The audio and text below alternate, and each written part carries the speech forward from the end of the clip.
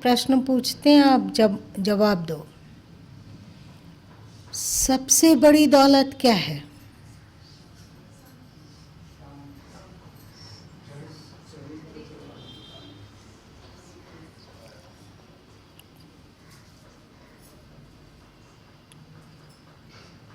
बताइए। आप बोले चरित्र, और सबसे बड़ा दौलत चरित्र ही है।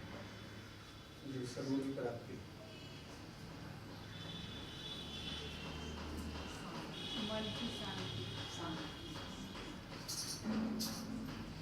सभी कीमती है, पर इसलिए कीमती है कि उसके द्वारा शांति की प्राप्ति होती है। इसी को सद्गुरु कबीर साहब बोले, जब आवे संतोष धन सब धन धोरी समान। जब संतोष का धन मतलब शांति का धन आ जाता है तो बाहर के सभी भोग पदार्थ फीके लगते हैं। चाहे सद्गुरु की शरण में आना हो, चाहे चरित्र साधना हो, चाहे ईश्वर की भक्ति करना हो, चाहे सद्गुरु की भक्ति करना हो, चाहे मंदिर जाना हो, तीर्थ जाना हो, या और कुछ भी, इन सब के पीछे उद्देश्य मात्र इतना ही है कि हम लोग सुख और शांति को पा सके।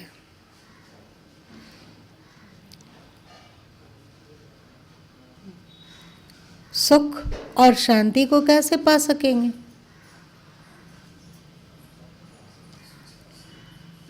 सुख और शांति की महिमा गाते हुए भर्तृहरि जी कहते हैं, शांति तुल्यं तपो नास्ति ना संतोषात् परमं सुखम।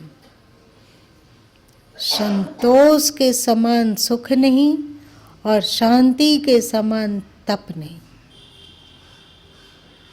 अब जितना अधिक चंचल होगे, जितना अधिक संसार में बंधोगे, रचोगे, बसोगे, डूबोगे, आसक्त होगे, उतना अधिक अशांति है।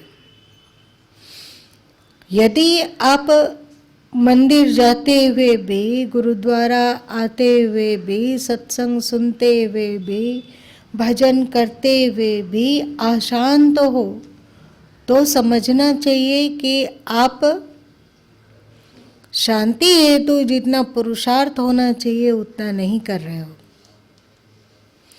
आप यदि हमेशा तमतमाए रहो, खौले हुए रहो, तो जीवन का सारा रस ही खो जाता है।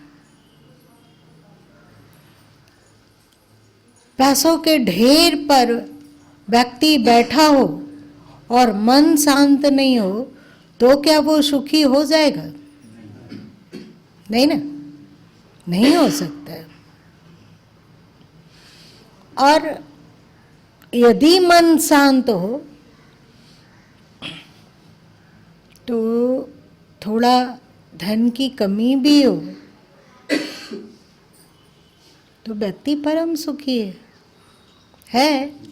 इसका मतलब ये नहीं है कि हम धनार्जन करने के लिए अथवा भौतिक उन्नति करने के लिए अपना पुरुषार्थ छोड़ दें, ऐसी बात नहीं है। पुरुषार्थ वहाँ तक करो जहाँ तक कि आपकी शांति बाधित नहीं होती है।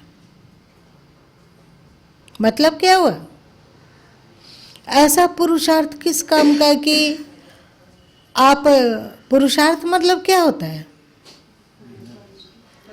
परिश्रम, प्रयत्न। जो प्रयत्न आपको थका दे, अशांत कर दे, खिन्न कर दे, तो समझना कि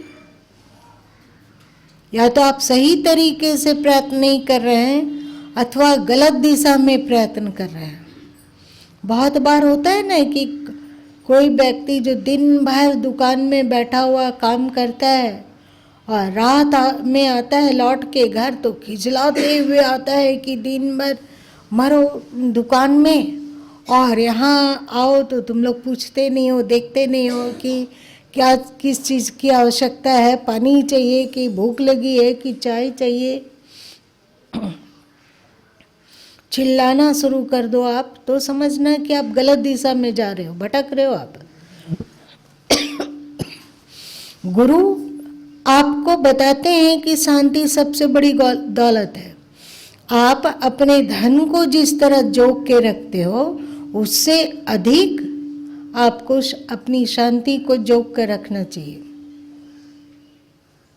है, यदि आप छोटी छोटी बातों में अशांत होते हो तो समझना कि आप परम संसारी हैं। और यदि आप प्रतिकूलता में भी अपना दिल दिमाग को शांत रख पाते हैं तो समझना कि अब आपके जीवन में धीरे धीरे शनय शनय धर्म का विकास हो रहा है।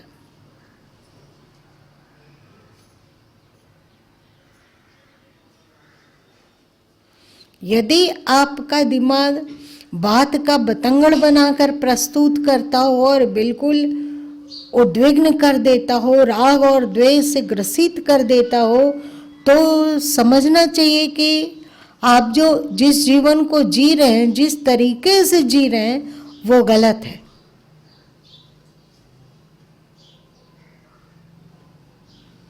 अब धन कमाते हुए भी यदि अपनी शांति को सुरक्षित रख पाते हैं, पारिवारिक जीवन को जीते हुए भी आप अपनी शांति को सुरक्षित रख पाते हैं, व्यापार करते हुए, जॉब करते हुए, पढ़ते लिखते हुए, रसोई बनाते हुए अथवा रिटायर की जीवन जीते हुए, जैसे भी हो, मन शांत हो, बेकार उद्विग्न नहीं हो, तो आप एक सचमुच में अब धर्म मार्ग पर चलने लगे। तो इसके लिए मनोविश्लेषण कीजिए कि क्या आप में वो समझ आ गई जिसके द्वारा आप अपने जीवन को शांत बना पाते हो? क्या वो समझ आ गई?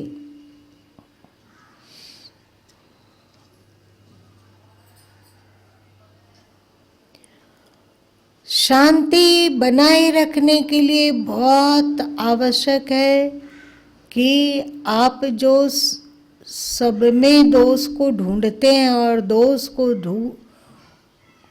दोष देखते हैं, इसमें कमी लाई जाए। सही बात।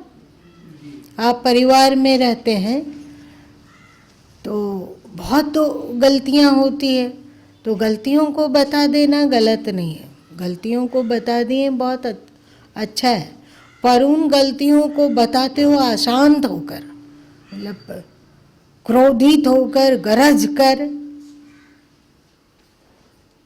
कुछ होने वाला नहीं।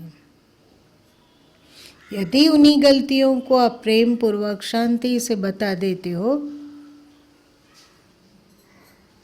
तो वो सही है।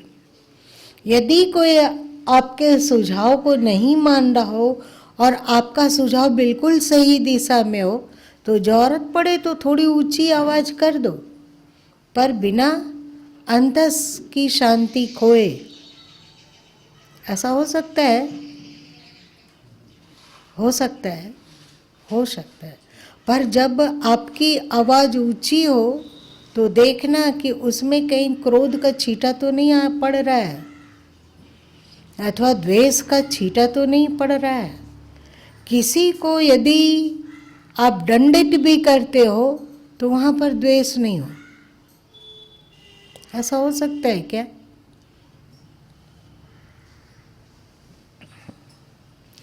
श्री कृष्ण गीता में कहते हैं, राग द्वेष व्यवस्थितो तयोर्मा वशम आगच्छेत। राग द्वेष व्यक्ति को नाच नचा देता है।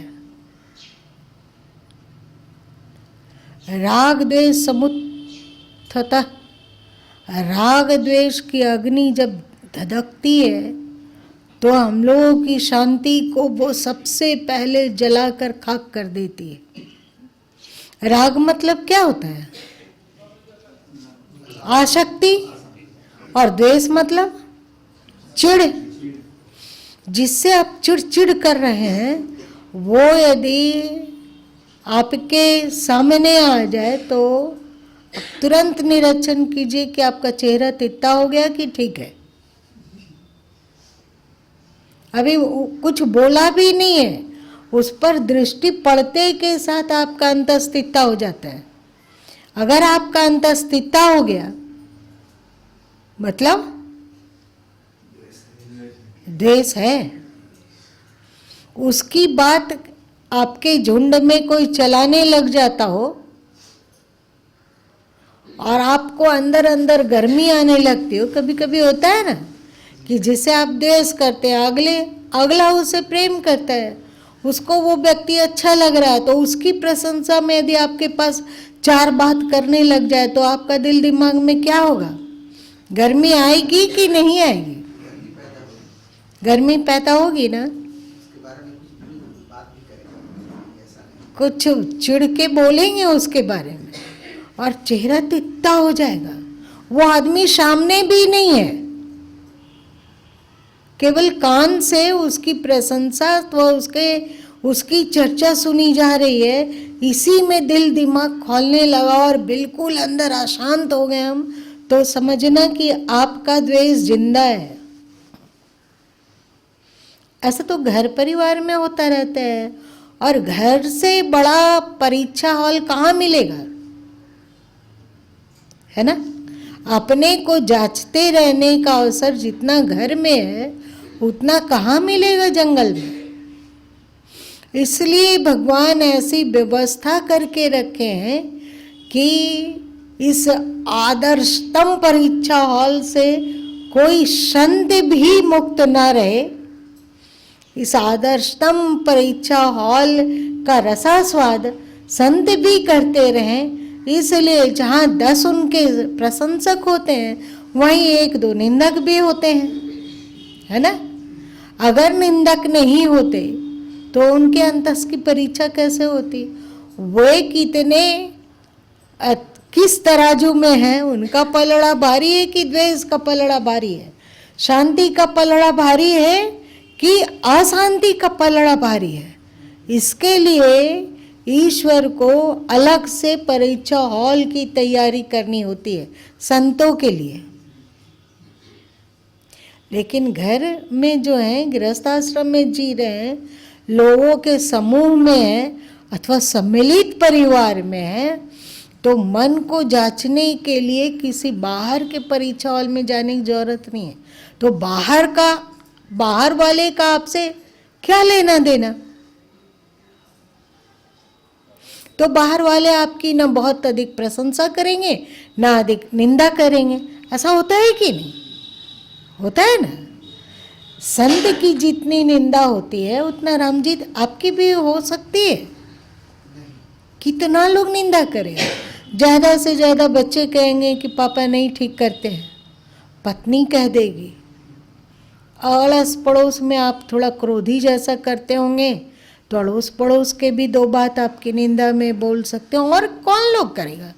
पर संतों का बड़ा ही व्यापक प्रशंसा भी होती है और निंदा भी होती है।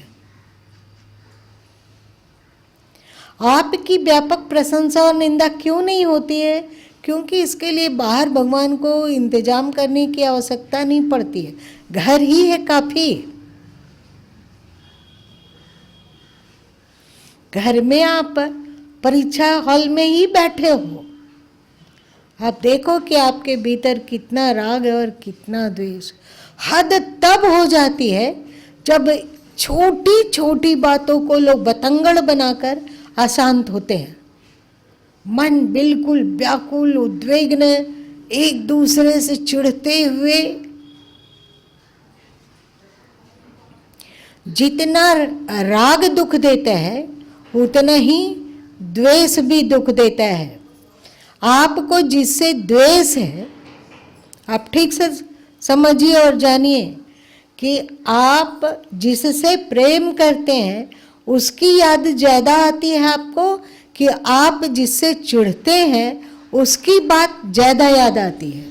जिससे चिढ़ते हैं वो बहुत ज़्यादा खटकते रहता है और याद आते रहती है। आप यदि बिछावन पर सोने गए हैं रात के समय में, तो हो सकता है कि जिससे आप प्रेम करते हैं उसकी याद ना आए, पर जिससे आप चिढ़े हुए हैं उसकी याद आती है। और यदि दिन भर में कभी उसको देख लिया हो आपने अथवा उसके बारे में सुन लिया हो तो कैसा दिमाग लगता है। दिमाग से हटाना चाहते हैं तो भी नहीं हटाते हैं। और उपनिषदें कहती है ध्याने ध्यान तद्रूपता, जिसका ध्यान होता है व्यक्ति का स्वभाव ऐसा ही बनता है। सोच लो, ध्याने ध्यान तद्रूपता, जिसका ध्यान बना रहता है व्यक्ति धीरे धीरे उसी तरह का स्वभाव वाला होने लग जाता है। तो आप जिससे द्वेष कर रहे हैं, जिससे दुश्मनी कर रहे हैं, उसको बारंबार याद कर रहे हैं, बारंबार उसकी स्मृति आपके अंतस में कौंध रही है, तो उसका संस्कार का अक्स प्रतिबिंब आप पर पड़ेगा ही पड़ेगा और धीरे धीरे आपका स्वभाव मलिन होता जाएगा। इसलिए राग से भी अधिक खतरनाक द्वेष को बताया गया।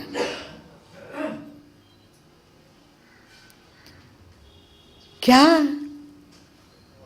हम लोग उस क्वालिटी को प्राप्त कर लिए कि हमारे भीतर अब किसी के लिए द्वेष नहीं है, किसी के लिए कोई चिढ़ नहीं है?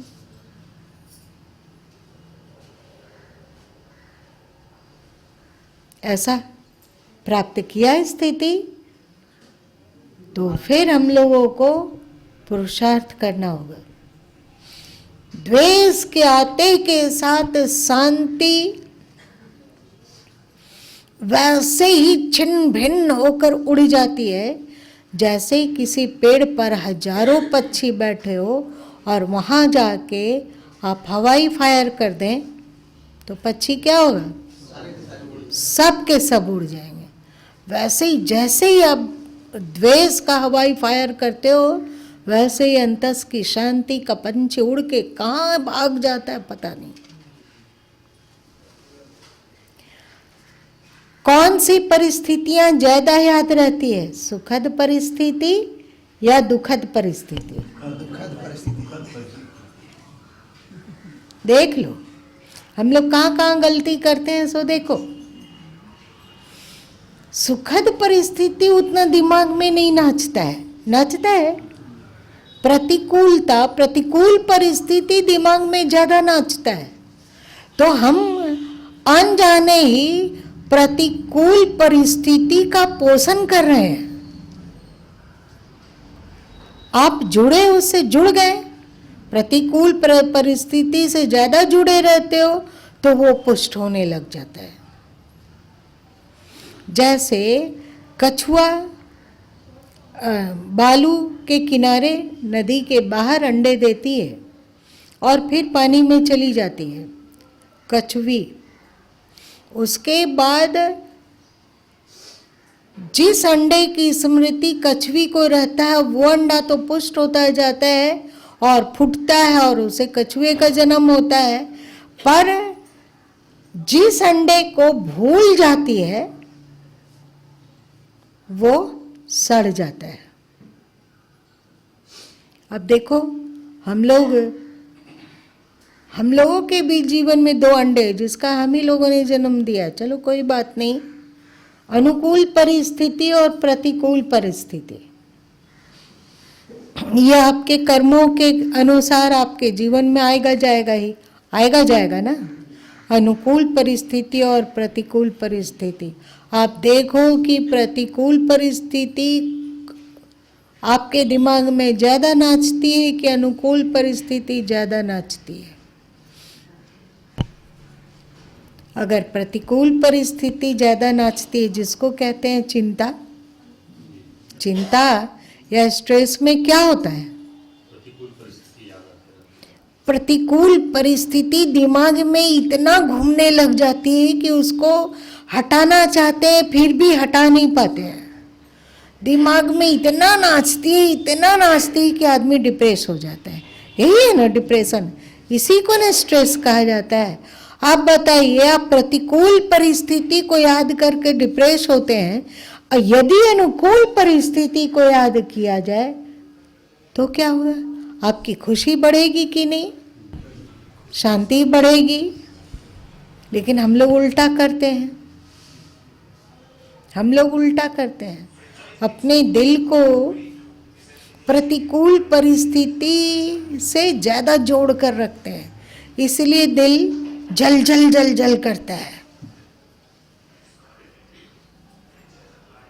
अगर इसको बदल दें, प्रतिकूल परिस्थिति पर विजय के लिए कोशिश भले ही करें, पर अनुकूल परिस्थिति का अधिक स्मरण रखें। जिससे द्वेष है, तो जिससे द्वेष आप कर रहे हैं, अगला आपके द्वेष से नुकसान नहीं उठा रहा है, अपने द्वेष से आप स्वयं अपना नुकसान कर रहे हैं, है कि नहीं? और अपनी शांति को नष्ट कर रहे हैं। तो ऐसे लोगों को बुद्धिमान कहा जाएगा क्या? जो अपने ही हाथ में कुल्हाड़ी लेकर अपने पैर को काट डाले, उसको मूर्ख कहेंगे या बुद्धिमान कहेंगे? और अभी तक हम लोगों में मूर्खता जिंदा है। तो दुनिया का सबसे बड़ी दौलत शांति, और शांति के लिए सही स्वभाव को अपने भीतर बनाने का पुरुषार्थ करना ही साधन है। ऐसे विचारों को प्रश्रय दें जिससे अंतः शांत रहता हो। जिन विचारों से अंतः अशांत होता हो, उसे अपने दिमाग से, मन से खदेड़ भगाइए। जैसे जैसे आपके जीवन में शांति प्रसारित होती जाएगी, वैसे वैसे आप धर्म का सुख, सत्संग में सुख, अध्यात्म में सुख का रसास्वादन करते जाएंगे। अभी भले ही हम बोल पाते हों, भले ही हम सुन पाते हों सत्संग को, सत्संग की चर्चा कर पाते हों, परंतु यदि हमने अपने मन को शांत नहीं बनाया, तो समझो आप धर्म का रस अभी ले ही नहीं पाए हैं। आपके अंतस में शांति बढ़ रही है, तभी समझिए कि आप धर्म का भली भांति रस ले रहे हैं। धर्म का रस भली भांति आपके जीवन में उतर रहा है। आज इतना ही रहने दो।